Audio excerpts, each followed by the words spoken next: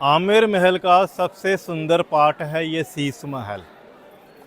तो राजा एंट्री करेंगे गणेश भवन से, इस विंडो से फूल डाल के राजा का वेलकम होता। में शेर की पूंछ बनी हुई है और ये देखो तो नाग नागिन का जोड़ा बना हुआ है और ये क्रैप का डिजाइन दिया हुआ है। 1639 का डेकोरेशन आप देख पा रहे हो। ये तो ये पूरा जो पार्ट आपने देखा है जयसिंह के जमाने का बना हुआ महल है। अब हम मानसिंह के महल में एंट्री करेंगे और नोटिस कर रहे हो आप सामने दो कढ़ाइयाँ रखी हुई है। इन दोनों कढ़ाइयों का राज परिवार से कोई कनेक्शन नहीं है। मानसून सीजन का एंजॉय करने के अकॉर्डिंग उस जमाने में व्यवस्था हुआ करती थी। राजा अपनी रानी के साथ में सामने यहाँ बैठा करते और म्यूजिशियन और डांसर अपना परफॉर्मेंस ओपन एरिया में दिया करते। तो आज की वीडियो में बहुत कम दिखूंगा मैं बोलता हुआ, क्योंकि आज का जो सारा काम है हमने राठौर जी पे छोड़ रखा है। वो बहुत अच्छे तरीके से समझा रहे हैं और कोई भी ऐसी चीज़ नहीं है कि वो समझाने में असफल हो रहे हैं और मुझे आपको समझाना पड़ रहा है। तो इसीलिए आप राठौर जी जो बता रहे हैं उसी चीज़ का मजा लेते रहें। आमेर महल का सबसे सुंदर पार्ट है ये शीश महल। शीश महल को 3 नामों से जाना जाता है। शीश महल, दीवाने खास, जय मंदिर। दीवाने आम पब्लिक से मिलने की जगह होती, दीवाने खास राजा को कहाँ अटैक पे जाना है, कहाँ उन्हें दोस्ती करनी है, प्लानिंग जो होगी मिनिस्टर के साथ में या एडवाइज़र से, वो दीवाने खास में होती। यानी जिस चीज़ के बारे में मंत्रणा पब्लिक से हटके करनी है वो पूरी बातचीत दीवाने खास में होती। तो शीश महल जो बना हुआ है ये बना है 1639 का। आप थोड़ा अंदर आएंगे शीश महल के।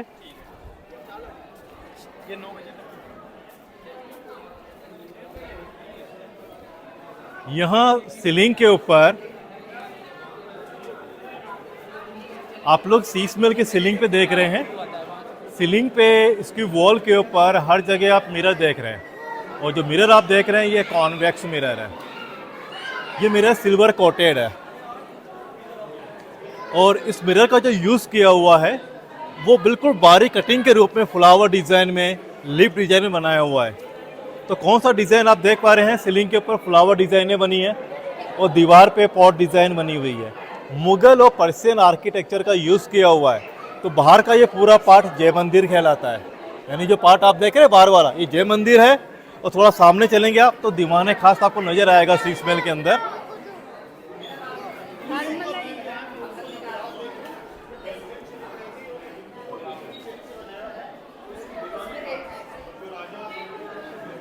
ये महल का दीवाने खास बना हुआ है। आपको मैंने बार अभी दीवाने आम बताया। तो जो मिडिल पार्ट शीश महल का आप देख रहे हैं ये दीवाने खास है और थोड़ा सीलिंग का डेकोरेशन आप देखें बैठ के, काफी सुंदर डेकोरेशन बना हुआ है अंदर की तरफ।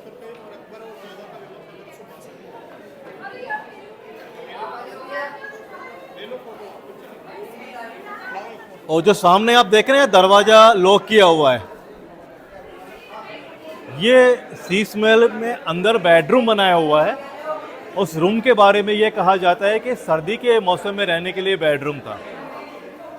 जो मिरर आप बाहर देख रहे हो यही कॉन्वेक्स मिरर इस रूम में अंदर लगा है।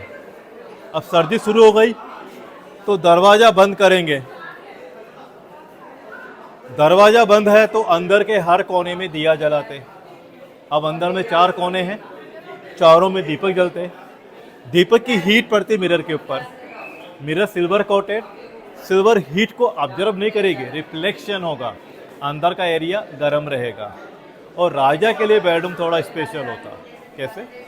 नॉर्मली हम लोग अपने घर में दिया जलाते हैं, आपने नोटिस किया दीपक के ऊपर उसकी जो फ्लेम है वो धीरे धीरे फ्लिकर करती रहती है। तो अंदर में जब दिया रखते दीपक की फ्लेम धीरे धीरे फ्लिकर करती है, उसका जो रिफ्लेक्शन होता है सीलिंग पे वो नज़र आता तारों की तरह। तो राजा को क्या फीलिंग होती है कि राजा सो रहे हैं खुले आसमान के नीचे और पूरे आकाश में तारे टिमटिमा रहे, लेकिन वो तारे टिमटिमाते राजा के बेडरूम के सीलिंग के ऊपर। अब सर्दी का मौसम है तो दिन में भी हीट को जनरेट करने के लिए दीपक जलेगा, तो दिन में भी उसका जो रिफ्लेक्शन होता नज़र आता है तारों की तरह, और रात में भी तारों तो नज़र आया करता। तो उनके लिए यहाँ पे हर टाइम तारे होते और आपके लिए यहाँ दिन में तारे बने। थोड़ा देखना चाहेंगे, पास में आओ, यहीं रुकेंगे एक बार। और जो ऊपर में सीलिंग है उस जगह आप नोटिस करेंगे तो जो डार्क मिरर है वहाँ पे टिंकल करता हुआ आपको नजर आएगा।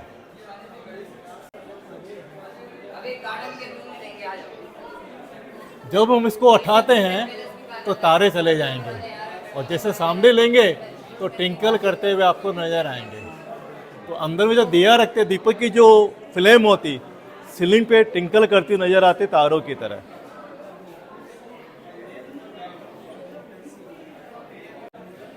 जो भी पिलर आप देख पा रहे हो, ये मकराना मार्बल का यूज़ किया हुआ डेकोरेशन के लिए। तो ये मार्बल के पिलर आप देख रहे हैं, इसके थोड़ी यहाँ पे डिज़ाइन भी बनी है मार्बल के अंदर। एक फ्लावर है, उसमें क्रेचर डिज़ाइन बनाई हुई है, वो मैं आपको दिखाने वाला हूँ सामने की तरफ। तो थोड़ा सामने चलेंगे एक बार आप लोग। तो मैंने आपको बताया कि जो पिलर लगा है ये मकराना मार्बल का बना हुआ पिलर है। यहाँ एक पूरी स्लाइड है ये मकराना मार्बल की, इसके ऊपर एक प्लांट बना हुआ है, इसके अलग अलग फ्लावर है। लेकिन जो फ्लावर आप देख रहे हैं सामने की तरफ, इसमें फिगर बने हैं एनिमल के। तो कौन सा क्रेचर बना हुआ है पहले आप देखो, स्कॉर्पियन नजर आएगा, और थोड़ा सा कवर कर दे तो नीचे में ये हाथी की सूंड बनी हुई है, और थोड़ा में और कवर कर दो नीचे में शेर की पूंछ बनी हुई है, और ये देखो तो नाग नागिन का जोड़ा बना हुआ है, और ये क्रैप का डिज़ाइन दिया हुआ है। आमने सामने आप बटरफ्लाइज देख रहे हैं, ये कोई पेंटिंग नहीं है, ग्रेनाइट का यूज़ है। यहाँ तक इसकी जो आई आप देख रहे हो ग्रेनाइट से बनी है। ये हेड ऑफ डियर है, और नीचे में ये हानी भी बनी है, और ये एलिफेंट का ईयर बना हुआ है। 1639 का डेकोरेशन आप देख पा रहे हो। ये रिक्शा देख के आ रहे हैं आप लोग सुख मंदिर के अंदर।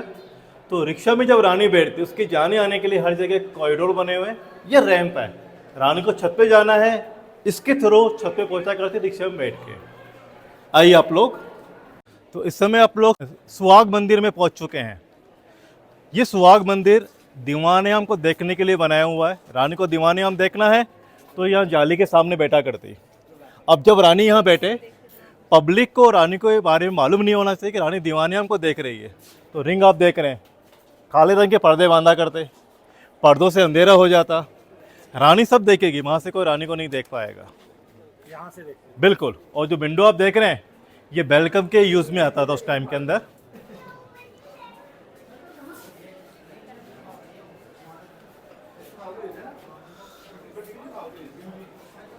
ना हुआ है, राजा फाइट को जीत के आते तो महारानी राजा का वेलकम करेगी। तो राजा एंट्री करेंगे गणेश फॉल से, इस विंडो से फूल डाल के राजा का वेलकम होता, और वेलकम होने के बाद विंडो ये बंद हो जाया करता। तो सामने जो है ये पूरा दीवाने आम बना हुआ है। मैंने आपको नीचे सुख मंदिर बताया था थोड़ी देर पहले, वो एयर कूलिंग था, नॉर्मली बारिश के मौसम में रहने के लिए या समर का दिन का टाइम स्पेंड करने के लिए। आप सामने डिज़ाइन देख रहे हो, वो डिज़ाइन जो बना हुआ है पर्शियन पालकी या डोली की तरह बनाया हुआ डिज़ाइन है, और मार्बल का यूज़ किया है। मैंने आपको बताया हर जगह मकराना मार्बल है यहाँ पे। तो वो डिज़ाइन बना है पालकी का। ये उस ज़माने का एयर कूलिंग है, फुल समर सीजन में रहने के लिए। एयर कूलिंग कैसे काम करेगा, सामने आप देख रहे हैं बड़ा डोम बना हुआ है ऊपर की तरफ, उस डोम के साइड में एक पानी का टैंक बनाया हुआ है। उस टैंक में राजा के सर्वेंट समर सीजन में पानी भरते। पानी कॉपर की पाइपलाइन से, जो आप देख रहे हैं 3 दरवाजे हैं, वहाँ पहुँचता, और तीनों ही दरवाजे पाइप में बारीक छेद बने हैं। उस जगह कसकस के बने पर्दे पाइप के नीचे बांध दिया करते। पाइप का पानी गिरेगा पर्दों के ऊपर, पर्दे गीले हो जाते। अब देखो गर्मी के मौसम में चलती है लू की हवा, तो गर्म हवा टकराती गीले पर्दों से, अंदर उसकी एंट्री होती है कूल होके। ये एयर कूलिंग है। इवनिंग और नाइट टाइम उनको बाहर रहना है, और दिन का टाइम नीचे स्पेंड करते, सर्दी का टाइम सी स्मेल के अंदर। तो जैसा क्लाइमेट वैसे वो अपार्टमेंट को चेंज करने का काम किया करते। तो ये पूरा जो पार्ट आपने देखा है, ये जयसिंह के ज़माने का बना हुआ महल है। अब हम मानसिंह के महल में एंट्री करेंगे। अब चलेंगे हम मानसिंह महल के अंदर। ये जो पार्ट बना हुआ है, ये नॉर्मली जब राजा लड़ाई से फ्री हैं और वो टाइम स्पेंड करेंगे रानी के साथ में, तो उस दौरान म्यूजिकल इवेंट होते थे। राजा अपनी रानी के साथ में सामने यहाँ बैठा करते, और म्यूजिशियन और डांसर अपना परफॉर्मेंस ओपन एरिया में दिया करते। तो अब हम एंट्री करेंगे मानसिंह के महल में। मानसिंह जयसिंह के ग्रैंडफादर, और राजा मानसिंह के उस ज़माने में 12 रानियाँ। उस महल में बेल डेकोरेशन नहीं है, वो महल सिंपल है। रीजन रहा कि मानसिंह को अकबर ने हर जगह गवर्नर बना के भेज दिया, तो ऑलमोस्ट वो आमेर से दूर बने रहे। इतना समय नहीं था कि महल का अच्छा डेकोरेशन कर पाए। महल की एक खास बात है कि राजा मान सिंह का बेडरूम है फर्स्ट फ्लोर के ऊपर और रानियों के बेडरूम है ग्राउंड फ्लोर के ऊपर। अब राजा को मान लो 12 में से एक रानी से मिलना है, उस दौरान दूसरी 11 को मालूम नहीं होना चाहिए। तो 12 रानियां, 12 अपार्टमेंट, 12 अलग अलग सीढ़ियां राजा के रूम से कनेक्ट होती। वहाँ एक कॉरिडोर बना हुआ है, उस कॉरिडोर के थ्रू हर रानी के अपार्टमेंट उतरने का रास्ता होता है। रानी को मिलना है राजा से तो अपने ही सेपरेट वे से आया करती। कैसी व्यवस्था है वो देखते हैं, आइए प्लीज। ये टूर शुरू किया था दिल्ली आरामबाग से, वो पैलेस का फ्रंट वाला एरिया था। और अब आप देख रहे हैं नीचे का व्यू, ये पैलेस का बैक साइड का व्यू है। ये ओल्ड सिटी ऑफ जयपुर कहलाता है और मैंने इसका ओरिजिनल नाम बता दिया है आपको, अम्बेर, आमिर बोला जाता है। अब नीचे में आप देख रहे हैं साइड में यहाँ कुछ दरवाजे बंद पड़े हैं, कुछ खुले हुए हैं। ये जो एरिया है ये सर्वेंटों के अकॉर्डिंग हुआ करता। राजा उस जमाने जब शादी करते तो रानी के साथ में काफ़ी दासियाँ आया करती। कुछ दासियाँ रानी के बहुत फेवरेट होती और फेवरेट है तो महल में ही अपार्टमेंट देने हैं तो उनके लिए क्वार्टर यहाँ बने हुए हैं। तो रानी की खास दासियों को रखना है या ट्रांसजेंडर को रखना है, उनके लिए क्वार्टर या नीचे की तरफ बनाए हुए हैं। और अभी आप लोग झरोके में आ चुके हैं। तो ये उस ज़माने में झरोके होते थे नॉर्मली बारिश का एंजॉय करने के अकॉर्डिंग। जैसे एक ये पीछे बना हुआ है, इसके आगे भी आप देख पा रहे हो, तो दो अलग अलग बने हैं। और ये मानसून सीजन का एंजॉय करने के अकॉर्डिंग उस ज़माने में व्यवस्था हुआ करती थी। अब हम मानसिंह महल में एंट्री कर चुके हैं। आप नोटिस कर रहे हैं सामने यहाँ पे ये कॉरिडोर बना हुआ आगे तक। ये कॉरिडोर यहाँ चारों तरफ घुमा के बनाया हुआ है और इसी कॉरिडोर से हर रानी के अपार्टमेंट को सेपरेट जोड़ा हुआ है। अब जैसे एग्जाम्पल आप देखें, नीचे में स्टेयर जा रही है, ये स्टेयर उतर रही है एक अपार्टमेंट के लिए और 11 अपार्टमेंट इस कॉरिडोर से कनेक्ट हैं। अब राजा की और रानी की रहने की व्यवस्था कैसे बनी हुई है उसे हम देखते हैं। थोड़ा सा आगे चलेंगे प्लीज। यहाँ ये लेफ्ट में जो दरवाजा बंद किया हुआ है ये राजा मानसिंह का बेडरूम होता था उस टाइम के अंदर। और नीचे जो स्टेयर आप देख रहे हैं ये एक रानी के अपार्टमेंट में जाने का रास्ता बना हुआ है।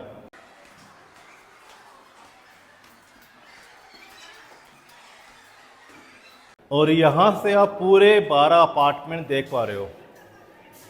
तो ये 12 रानियों के रहने की व्यवस्था नीचे की तरफ बनी हुई है। जैसे आप नोटिस करें,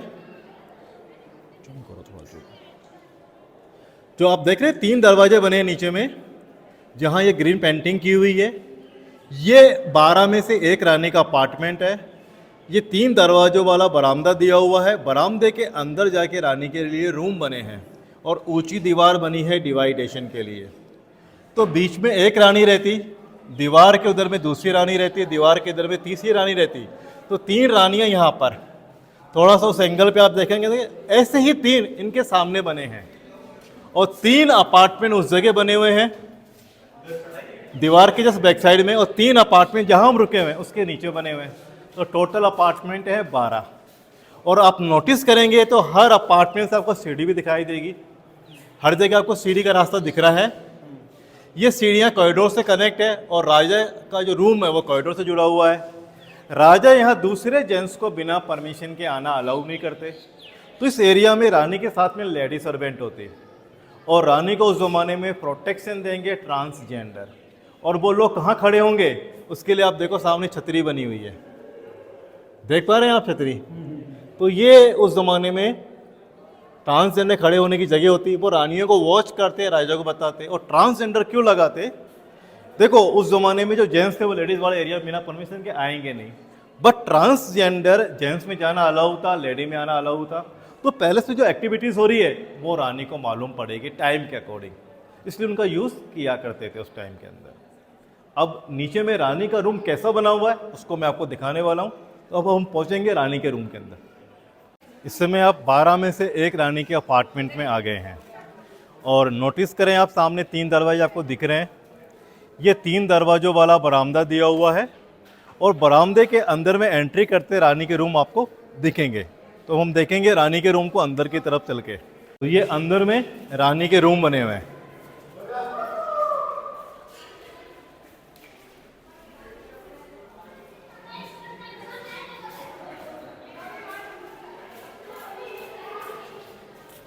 तो तो ये आपने देखा है एक रानी का अपार्टमेंट, टोटल 12 अपार्टमेंट है ऐसे।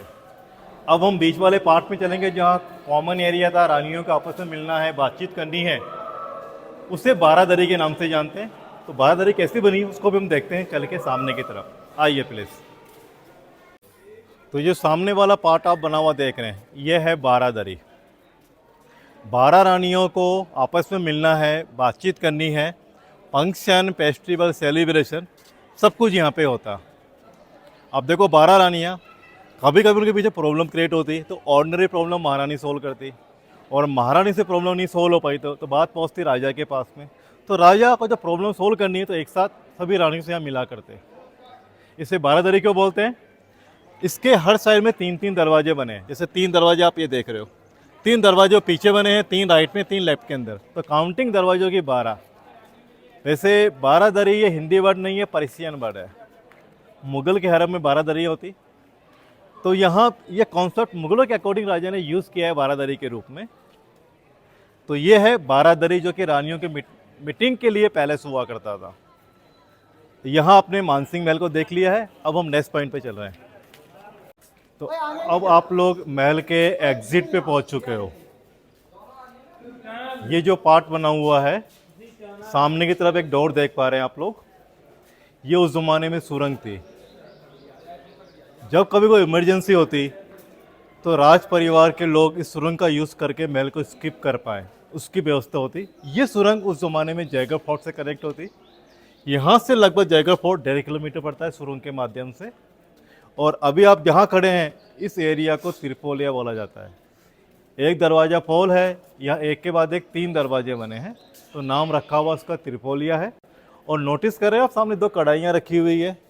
इन दोनों कढ़ाइयों का राज परिवार से कोई कनेक्शन नहीं है, इनका कनेक्शन है बॉलीवुड मूवी जोधा अकबर से। मूवी शूट हुई थी, उस दौरान इन कढ़ाइयों को लाया गया था यहाँ पे। तो ये जोधा अकबर मूवीज की जो शूटिंग हुई थी उस वक्त की कढ़ाइयाँ ये यहीं पर हैं? हाँ, उससे पहले आमेर महल में ये कढ़ाइयाँ रखी हुई नहीं थी। अच्छा। उस मूवी के बाद में ये कढ़ाई देखने को मिल रही है टूरिस्टों को। तो यहाँ आपका आमेर महल का टूर पूरा होता है। देखो, हमने टूर शुरू किया था दिल्लाराम बाग से, उसके बाद में आपने व्यू देखा था केसर क्यारी का, और फिर हम पहुँचे थे सूरजपोल के पास में। वहाँ से आपने एंट्री करी थी जलेब चौक के अंदर। वहाँ मैंने आपको बताया था कि इस एरिया में गार्ड ऑफ ऑनर हुआ करता था। सामने मैंने आपको दरवाज़ा दिखाया जो कि चांदपोल था पब्लिक का। महल में आने जाने का डोर, राजा से मिलना है तो पब्लिक को चांदपोल से अलाउ होता था। उसके बाद में पहुँचे सिल्ला देवी टेम्पल के सामने की तरफ, और वहाँ से पहुँचे हम सिंहपोल के ऊपर। फिर आपने दीवाने आम देखा, और दीवाने आम के सामने मैंने आपको बताया गणेश पोल डोर। फिर आपने देखा हमाम। हमाम के बाद में आप पहुँचे सुख मंदिर के अंदर, जो कि उस ज़माने का एयर कूलिंग। उसके बाद में आपने शीश महल देखा। फिर मैंने आपको जस मंदिर के बारे में बताया, और उसके बाद में आप पहुँचे थे मानसिंह महल के अंदर। और यहाँ आपका आमेर महल का टूर कंप्लीट हो जाता है। दोस्तों, ये था वीडियो का फाइनल पार्ट, यानी कि पार्ट 2 आमिर का, जो कि करते हैं अब यहीं पे ख़त्म। आई होप कि आपको दोनों पार्ट में बहुत मज़ा आया होगा, और अपनी तरफ से पूरी कोशिश की थी कि आपको अच्छी से अच्छी जानकारी और बेहतरीन से बेहतरीन जानकारी दी जाए। तो वीडियो को लाइक कर देना, और जाने से पहले चैनल को सब्सक्राइब करके वीडियो को शेयर कर देना अपने दोस्तों के साथ, अपने परिवार के साथ। तो मिलते हैं एक और नई वीडियो के साथ। तब तक, गिरने वाला था वीडियो के चक्कर में, अभी गिर के यहाँ भाई। तो मिलते हैं एक और नई वीडियो में। तब तक के लिए अपना ध्यान रखें, अपने परिवार का ध्यान रखें, और सेफ रहें, और लाइक कमेंट शेयर करना ना भूलें। और जय हिंद, जय Bharat, bye bye, take care.